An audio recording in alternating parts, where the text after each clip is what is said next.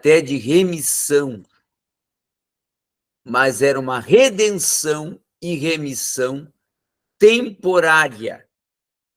Cristo cumpriu a redenção e remissão eterna, perfeita, que não houve e não precisou, porque foi o Cordeiro proposto por Deus, inocente, imaculado, o próprio Deus encarnado, que entrega-se, que doa-se para expiar, redimir, praticar a remissão do pecado. Então, esse é o paralelo que pode fazer entre salvação no Antigo, ou a salvação no Antigo aplicando-se à salvação proposta no Novo Testamento. Entendi. Uma dúvida também que eu tive é o seguinte, porque o reino sacerdotal era Israel, né? Que eram os escolhidos de Deus. Então, e os outros que não eram os gentios, eles não tinham um direito de salvação? Aí o profeta Isaías vai quebrar esse paradigma. Ele vai dizer a um povo, Isaías 65, a um povo que não conhecia, profetizando sobre o Messias, sobre Cristo, a um povo que não me conhecia, ou que seja, não era o meu povo, não era o povo da promessa, certo? Eu disse-me, eis-me aqui, eis-me aqui. Então, na verdade, o Messias, Cristo, prometido e profetizado pelos profetas, principalmente o profeta messiânico Isaías, ele veio para os judeus o rejeitaram, e os gentios foram enxertados, aí Paulo fala, na oliveira, se tornaram os ramos, não é? O enxerto, e esse alcançou, pela graça e pela disposição e vinda e reconhecer Cristo, principalmente, como Messias, né? Confessar Cristo como seu Senhor, a salvação. Certo. Mas então, antes de Deus falar isso com Isaías, Não, então os antes, gentios ainda não tinham. já antes, nós não podemos descartar totalmente, porque antes nós vamos ver não uma efetivação salvífica que nem do novo, mas já um protótipo, uma preparação. Aí nós podemos colocar aqui o caso de Abraão, o caso de Isaac, o caso de Jacó, certo? Podemos entrar também a libertação do povo no deserto, podemos entrar as questões até propostas pelas conquistas de vitória contra os adversários de Israel pelo rei Davi, e depois também os profetas que alertam Israel sobre a salvação, sobre um Salvador, não só Isaías, Miqueias também alertou, Jeremias também alertou, certo? Ezequiel também tratou sobre isto, Ezequiel 36 e 37. Então, tem questões muito relevantes a ser tiradas também dos livros proféticos, como também até do próprio livro dos profetas pós-exílico, que também vão tratar sobre essas questões da aplicação e do que está proposto com a salvação. E aí você pode fazer uns paralelos e ver que a salvação, conforme é proposta no Antigo Testamento, ela é uma preparação do povo, dos corações, das vidas, principalmente com o alerta, com a promessa e também com a profecia, com não só promessa, mas com o apontar, o indicar que viria um Salvador ali do próprio povo judeu, não é? Esse era o Messias, o Redentor, a qual eles não compreenderam a proposta, eles distorceram o teor da proposta e levaram para um sentido mais político e, quem sabe, até militar, do que a verdadeiro sentido que era espiritual. Entendi, agora eu entendi. Então, é esse aspecto que precisamos ter como consciência e consideração. Não, entendi. Muito bem. Vamos, então, para o assunto da aula de hoje. Vamos compartilhar o slide para darmos início. Muito bem. Nós entramos na aula anterior fazendo uma introdução ao livro de Deuteronômio e hoje iremos dar a continuidade.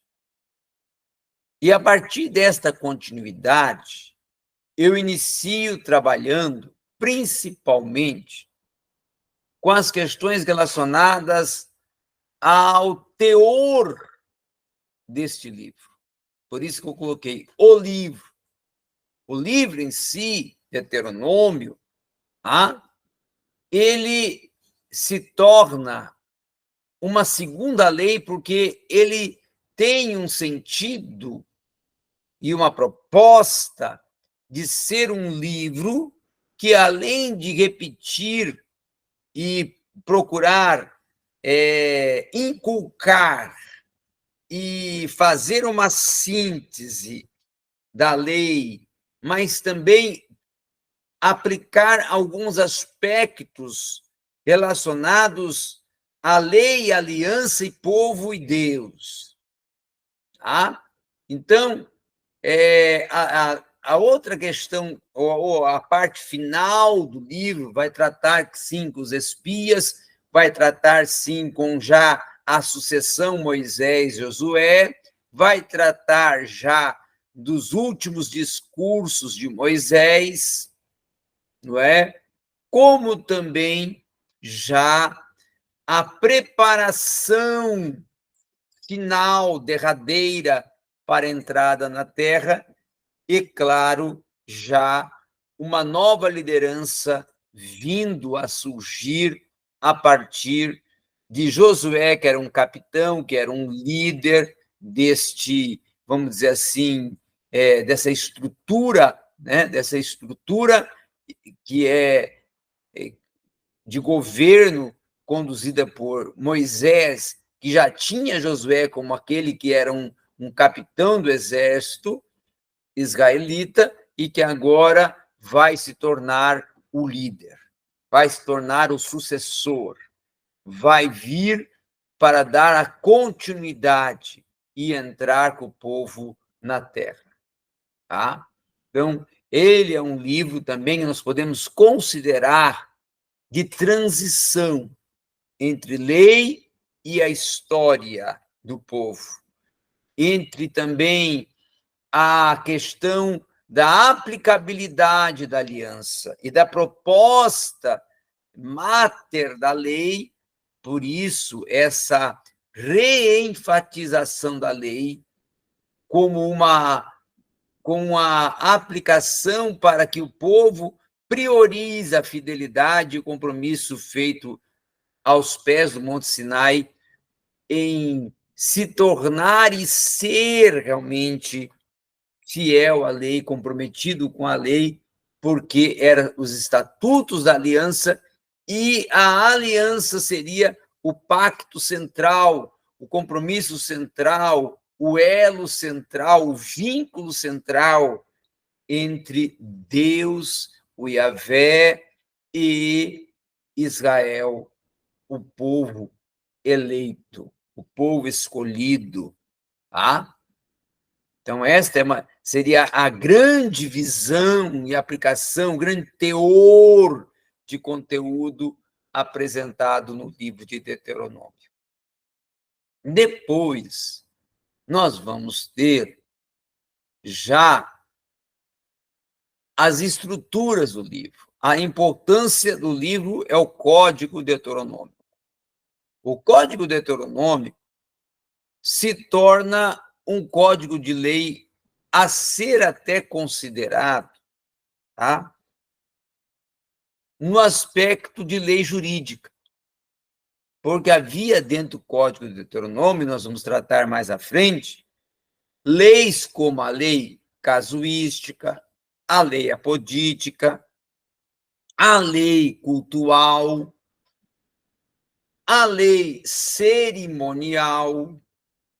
Então, com isto, essas leis e até mandamentos que chegavam ao entorno de 613,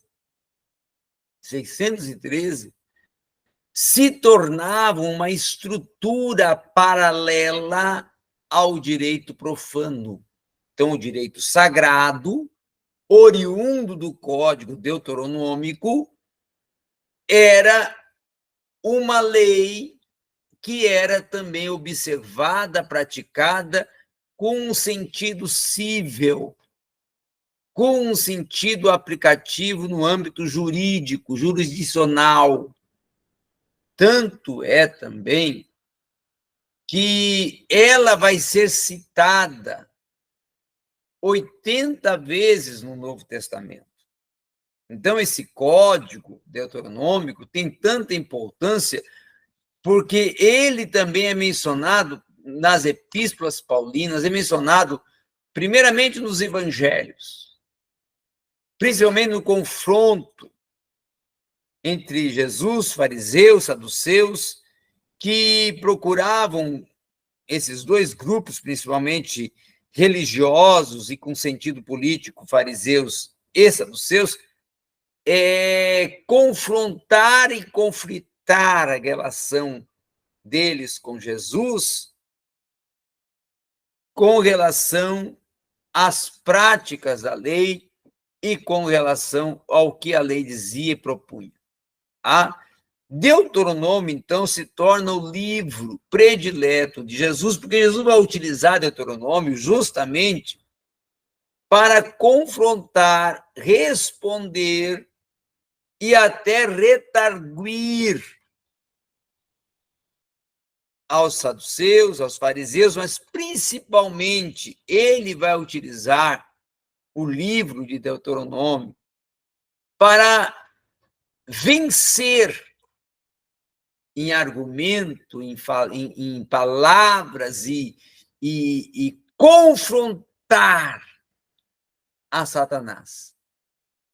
No Monte da Tentação, Jesus utiliza a própria lei, o próprio Deuteronômio. Ele chega para Satanás e diz: olha, prestarás culto e honrarás somente ao Senhor teu Deus. Deus citou, então, Deuteronômio.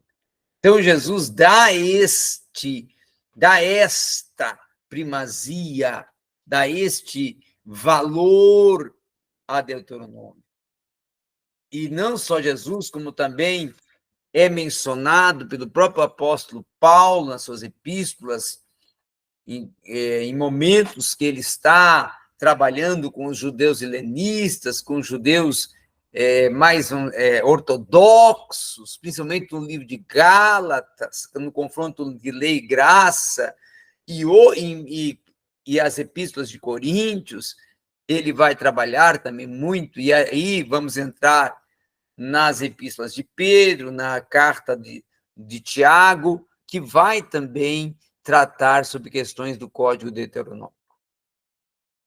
Depois, nós vamos ver que a teologia, não é? Aí, no sentido já mais teológico, a proposta teológica de Deuteronômio seria um foco em que o principal foco de Deuteronômio não seria as preocupações universais de Deus, mas sim os seus propósitos para com o povo. Porque os propósitos de Deus para com o povo estavam principalmente relacionados a não somente a aliança, mas a escolha, a promessa feita principalmente a Abraão e a escolha da raiz de Abraão a partir de Isaac e Jacó, desse povo, o povo de Israel. O livro também se torna uma fonte de exortações proféticas no Antigo Testamento, porque ele é mencionado pelos profetas, e os profetas vão utilizar ele para confrontar a quebra da aliança e a prática da idolatria feita pelo povo, e muitas vezes dentro do contexto do Antigo Testamento, principalmente a partir da divisão dos reinos. Então, o parâmetro pelo qual essa sociedade de Israel era medida, era avaliada, era observada, era pautado principalmente dentro do que a lei propunha, dentro do que o Código Deuteronômico apresentava. E aí, em cima disso, vinham as condenações que estavam inseridas no que o próprio Código de Deuteronômio, ou Código Deuteronômico, determinava. Perguntas? Charlie? Não, professor, por enquanto. Nenhuma? Não, por enquanto não. Estou só ouvindo mesmo, cara. Por enquanto, e Ok. prestando atenção. Muito bem. Nós vemos agora, na continuação da teologia de Deuteronômio, uma proximidade proposta e estabelecida por Yahvé, e quando eu falo Yahvé, eu estou falando o termo, o tetagrama, né? O termo chave, sacro, proposto como o título soberano de Israel, do que o judeu utiliza para indicar a presença magna, o senhorio magno de Deus. Tá? Então, a proximidade desse relacionamento Yahvé, povo Yahvé, era entendida por um intermédio do quê? Das teofanias. Então, quando aparecia lá e eles viram, presenciaram, como coluna de fogo à noite, à frente da tenda da congregação, a nuvem sobre a tenda da congregação. Eles presenciaram como sendo manifestações, teofanias, manifestações no sentido de uma teofania, de uma manifestação da presença de Deus. Teofania, manifestação da presença de Deus de uma forma, certo? Muitas das vezes através de um sinal no céu, como também, como viu Jacó, uma personificação. No caso de Jacó, foi uma personificação que ocorre, e aí ele vê lá o caso do anjo, não é? E, com todo esse contexto, nós vamos ver também que, em algum momento, principalmente, em algum momento, essa majestade que para o israelita era algo que quase que inalcançável de um relacionamento, eles veem a proximidade, a manifestação também no próprio tabernáculo. Porque o tabernáculo se torna o local onde próprio Deus fala, olha, preparai ou prepara um tabernáculo, constrói um tabernáculo, não é? Que eu habitarei no meio de vós, nele. Então, a minha habitação será nele, e aí era uma garantia da habitação de Deus em meio ao povo, não só na questão litúrgica do sacrifício, mas também na questão da mensagem que era transmitida a Arão, o sumo sacerdote, e esse entregava ao povo. O próprio Moisés, era um intermediador, era um mediador entre Deus e o povo, tá? Então, essa é uma questão muito relacionada com a dignidade, com a autoridade, mas também com a comunicação e com a proximidade Deus-povo, para demonstrar para esse povo que eles eram propriedade peculiar, que Deus tinha, sim, um compromisso e uma aliança, e ele não ia quebrar. Quem poderia eles quebrar, e como quebraram muitas das vezes, mas ele permaneceria fiel ao compromisso.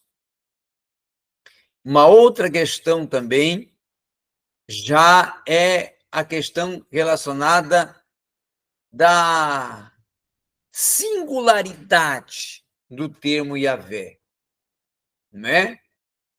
Israel Adonai, ou seja, o Senhor, Yahvé é o Senhor, Adonai é o Senhor de Israel. Ah? Elohenu Adonai Herad, ouve, ó Israel, o Senhor nosso Deus. Isso é o Shema já, hein? É o único Senhor, o credo compacto de Israel. Então, o Shema, que é o credo compacto de Israel, seria, tá? El Reavé Resen. Israel El Adonai Eloi Renu Adonai Herad. Certo? Então, esse seria o cântico, a entonação, o brado de Israel como o seu credo compacto, o lema, o sintetizar do Shema, que seria o lema e o credo compacto de Israel, estava nessa frase, nessa expressão que eu acabei de estar apresentando agora. Uma outra questão muito importante também é a questão já física, do mapa, geográfica dos acontecimentos, né? E o livro de Deuteronômio vai fazer essa recapitulação geográfica, porque vai tratar desse transitar do povo, vai fazer eles rememorizarem desde a saída, quando o povo começa a ser retirado ali do cativeiro, tá? Aí a entrada do povo na terra, a morte, tá? No Monte Nebo de Moisés, lembrando que sobre essa morte eu quero falar algumas questões. Primeiro, que esta morte não implica em uma sentença condenatória, não.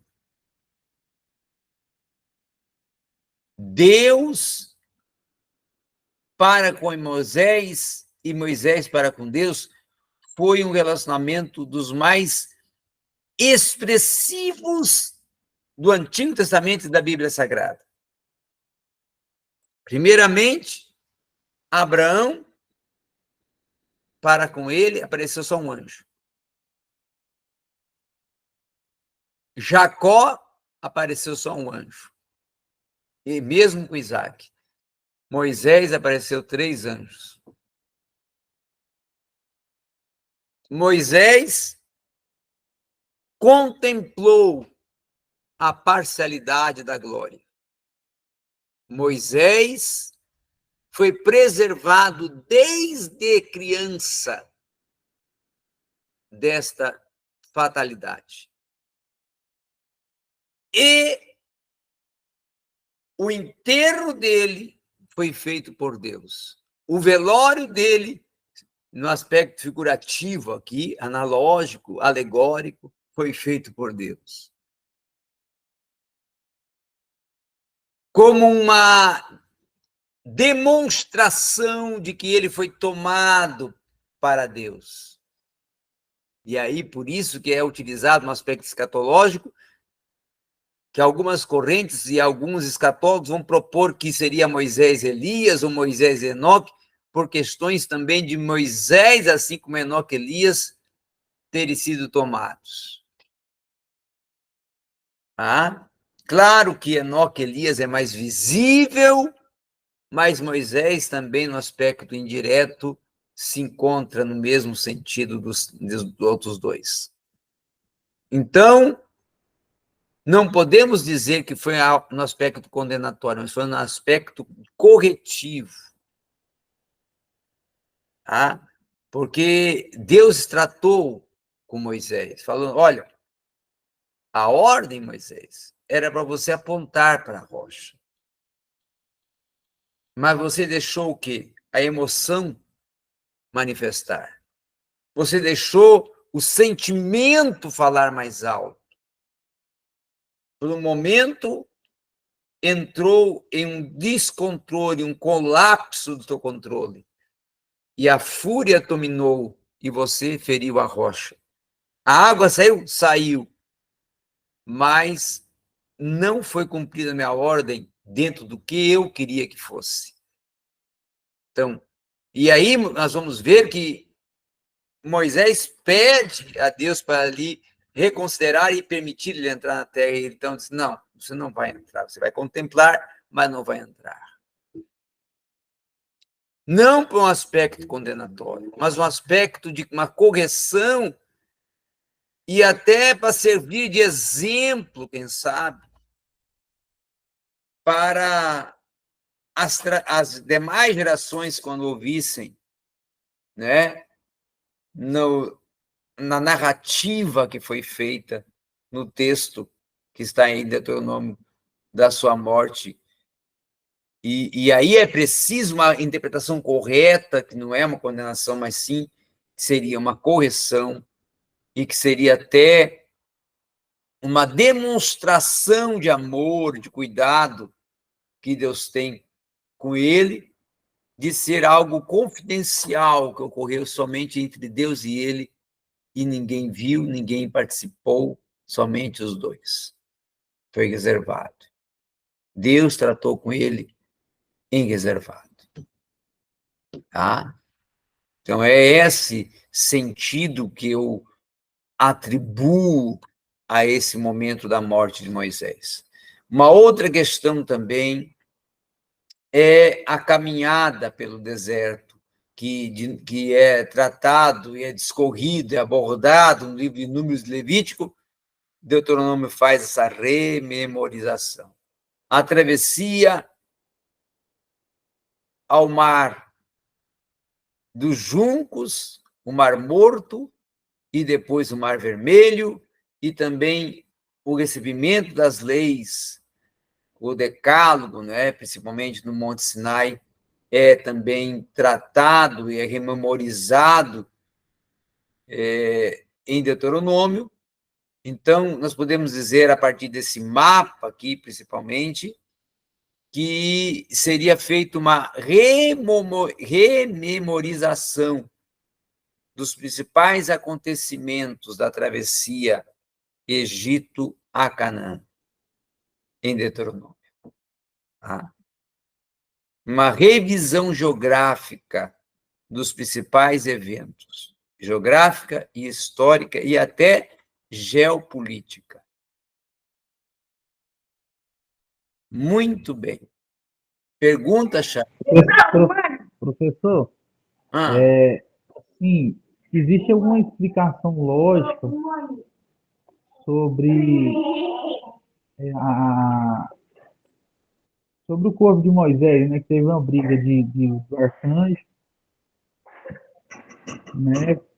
Com o diabo disputando o corpo de Moisés.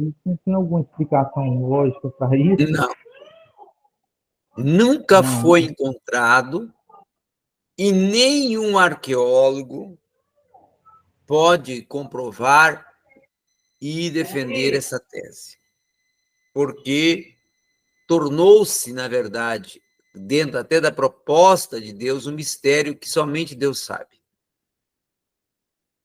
Nem o local, Monte Nebo, mas o Monte Nebo tem uma extensão, certo?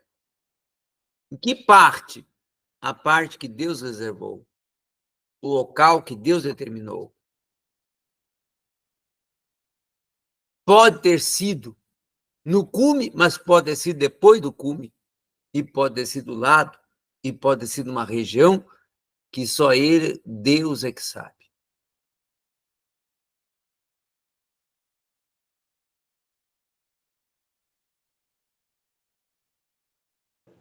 foi como um cuidado, né, de Deus com Moisés desde Cuidado de criança Deus. O que também não até o pode até ser descartado como um mistério a ser desvendado até no seu sentido geral do que aconteceu.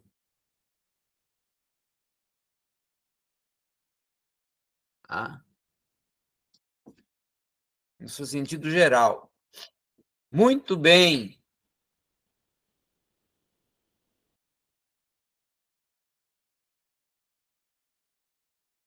Vamos agora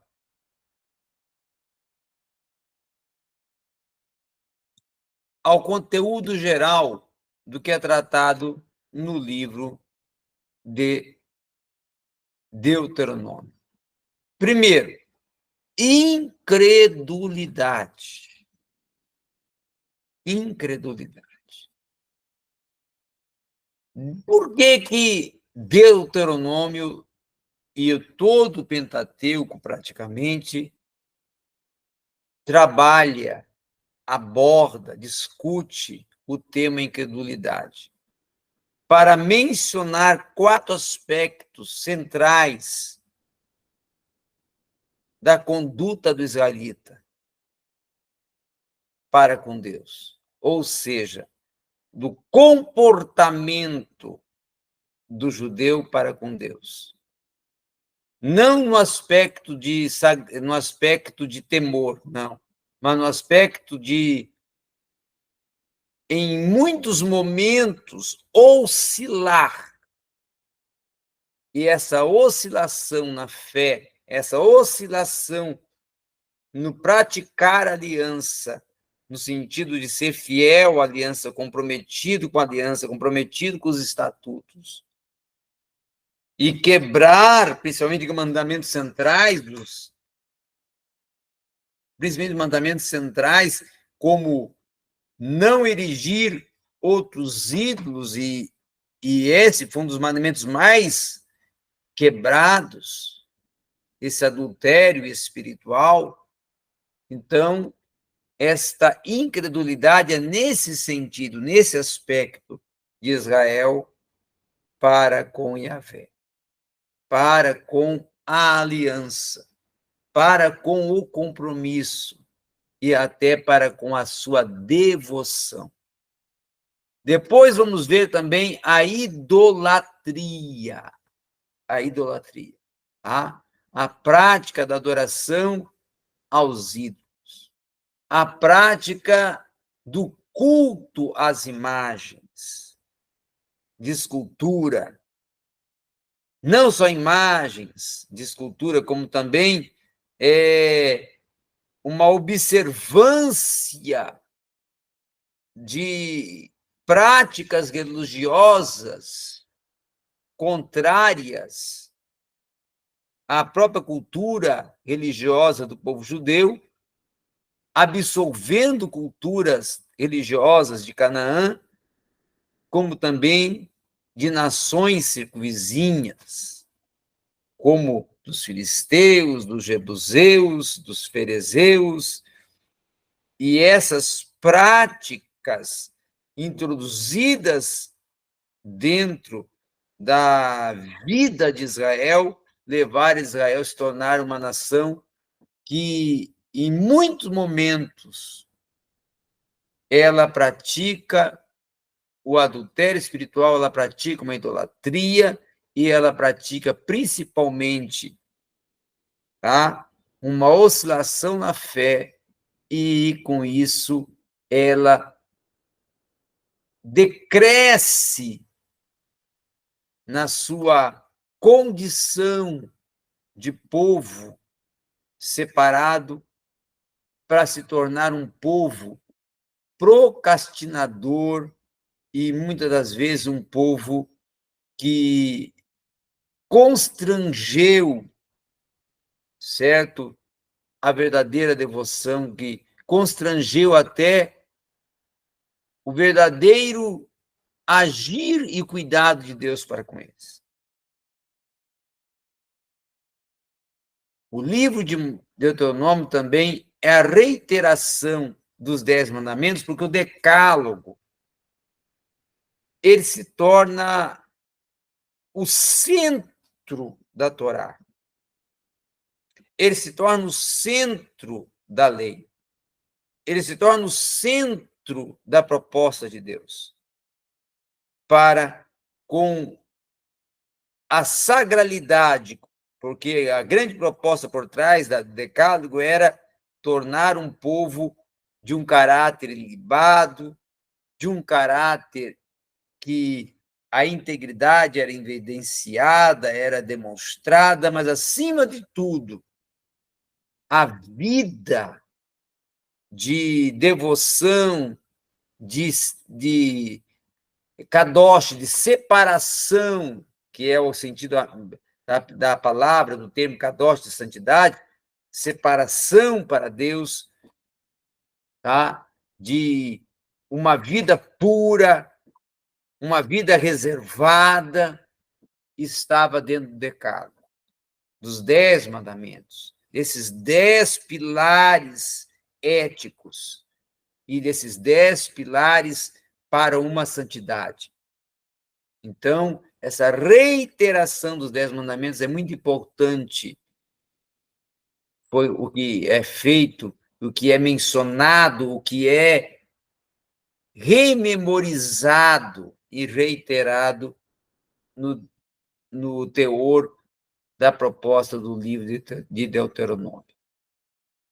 Outro aspecto também que Moisés faz no Deuteronômio é a ênfase ao caráter de Deus. E quando fala-se de caráter, estou falando aqui de natureza. Aí eu estou me referindo e me direcionando os atributos de Deus: santidade, benignidade, justiça, tá? Soberania. Né? Então, esses são atributos muito enfatizados e realçados pelo caráter, ou a natureza de Deus apresentada por Moisés em Deuteronômio. Depois, Moisés vai tratar em seus discursos em Deuteronômio sobre o erro, a falha e que originou, causou o pecado da independência. Tornar-se independente de Deus. Nasceu, brotou no coração de muitos judeus um sentimento de nós precisamos ser independentes. Não ficarmos somente dependendo de Yahvé. Termos a nossa própria visão, nosso próprio sentimento, nossos próprios desejos, nossos próprios ideais, nossa própria vontade prevalecida, priorizada. E aí foi, então, a prática do pecado de independência que resultou na idolatria, que resultou na incredulidade e que resultou nessa oscilação da fé, da crença, da submissão e, principalmente, do zelo para com a aliança feita no Monte Sinai. Então, a aliança, o berite, a aliança, esse elo, esse vínculo, esse pacto, é o tema central do Deuteronômio, não só do Deuteronômio, mas de todo o Pentateuco, porque é para trabalhar no povo a importância da aliança.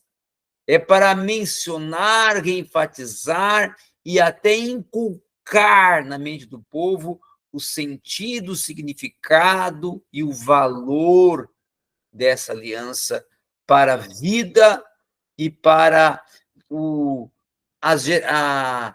a descendência e até para a continuidade e a preservação dessa raça e desse povo, a submissão e a preservação da proposta e promessa apresentada por Deus lá na aliança, no Monte Sinai. Depois, aí, entre esses dois ramos jurídicos do direito, o direito casuístico e o direito apodítico. O direito casuístico é o direito que a proposta dele é um direito condicional, porque sempre que o direito casuístico é apresentado, ele vai ser utilizado um pronome condicional, que é o pronome se. Se praticares isso, terás isso. Então, a tua condenação será de acordo a essa prática. Então, a prática é um pronome condicional. Se isto foi praticado, a condenação é essa. Então, a condenação está relacionada à condição da quebra, da transgressão da lei. Então, transgrediu aqui, infringiu aqui, quebrou aqui, e agora a consequência, a condenação, é mediante a essa falha, a essa quebra. Então, é condicional à prática sua.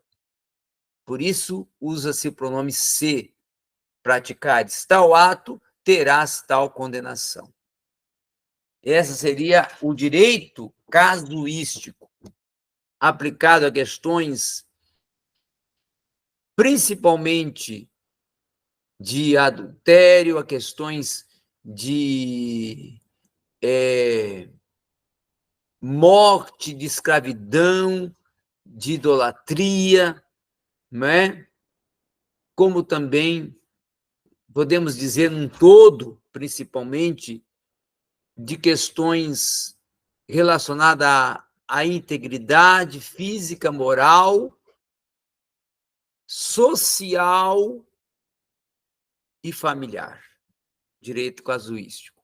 Já o direito apodídico é um direito de cunho mais religioso, mais voltado à prática da vida, da observância não só ao decálogo, mas a todos os mandamentos que estão implicados na lei moral, na lei cerimonial, não é? No código moral, no código cerimonial, como também até em questões relacionadas à prática cultica da liturgia, dos sacrifícios e da devoção para com Deus, do compromisso para com Deus. Então, seria mais um direito de cunho religioso, o direito apodídico. Tá?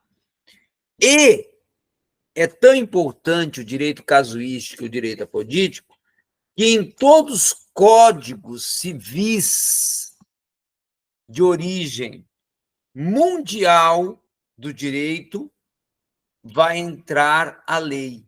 Então, a lei, a Torá, ela é incluída como parâmetro constitutivo e construidor da lei civil, da lei não só civil, mas da lei criminal e da constituição jurídica de todos os países, porque quando você pega, por exemplo, um vade-mecum, que está a Constituição e todas as leis que constituem o Código de Leis brasileira, você vai encontrar o Código Deuteronômico, você vai encontrar direito, leis de ordem casuísticas, leis de ordem apodíticas, mas não só no Brasil, mas em todas as constituições a nível mundial, vai ser realçado. Então, nós podemos dizer que até os códigos de leis nascem, se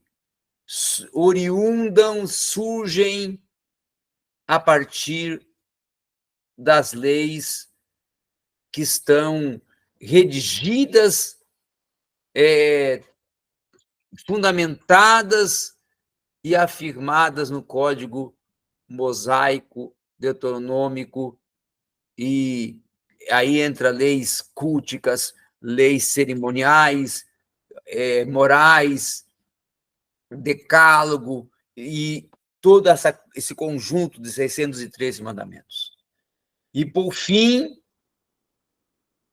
aí, Deuteronômio 28 vai ser um tratado pautado na lei do direito casuístico e apodítico também, porque aí tem o efeito condicional, a bênção